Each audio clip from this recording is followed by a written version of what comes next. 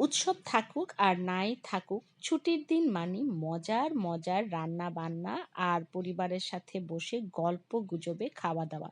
আসসালামু আলাইকুম, আশা করি মানুষ আস্তে আল্লাহর হেফাজতে সবাই খুব ভালো আছো। আর আমরাও আলহামদুলিল্লাহ অনেক ভালো আছি। তো রান্না বান্না তো চলছিল একদম ধুমসে। রান্না করেছিলাম ফ্রাইড রাইস, আর এপাশে হচ্ছে চিকেন ফ্রাই ভাজা হচ্ছিল, সাথে একটা কারিও ছিল, সেটা আর দেখালাম না। তো এই তো আমরা কিন্তু ডাইনিং টেবিলে চলে এসেছি।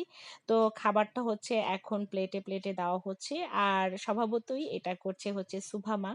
আর আরেকটা কথা বলতে আমি ভুলে গিয়েছি, ফ্রাইড রাইসটা আমি রান্না করেছিলাম, চিকেন ফ্রাইটা কিন্তু সুভাই ভেজেছে।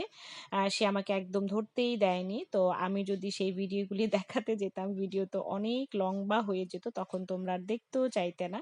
তো সে যাই হোক, আমি চেষ্টা করেছি মোটামুটি তোমাদের সাথে একটুখানি আমাদের ছোট ছোট আনন্দের মুহূর্তগুলো শেয়ার করতে। তো এই তো খাবারগুলো কিন্তু সুন্দর করে প্লেটে প্লেটে দিয়ে দেওয়া হয়েছে, তারপরে চিকেন ফ্রাই দিয়ে দেওয়া হলো, তারপরে কারিটা দিয়ে দেওয়া হলো। এখন হচ্ছে গ্লাসে গ্লাসে মোজো যেটা সেটা ঢেলে নেওয়া হবে। ওপাশে আমি একটা টিস্যুও রেখেছি।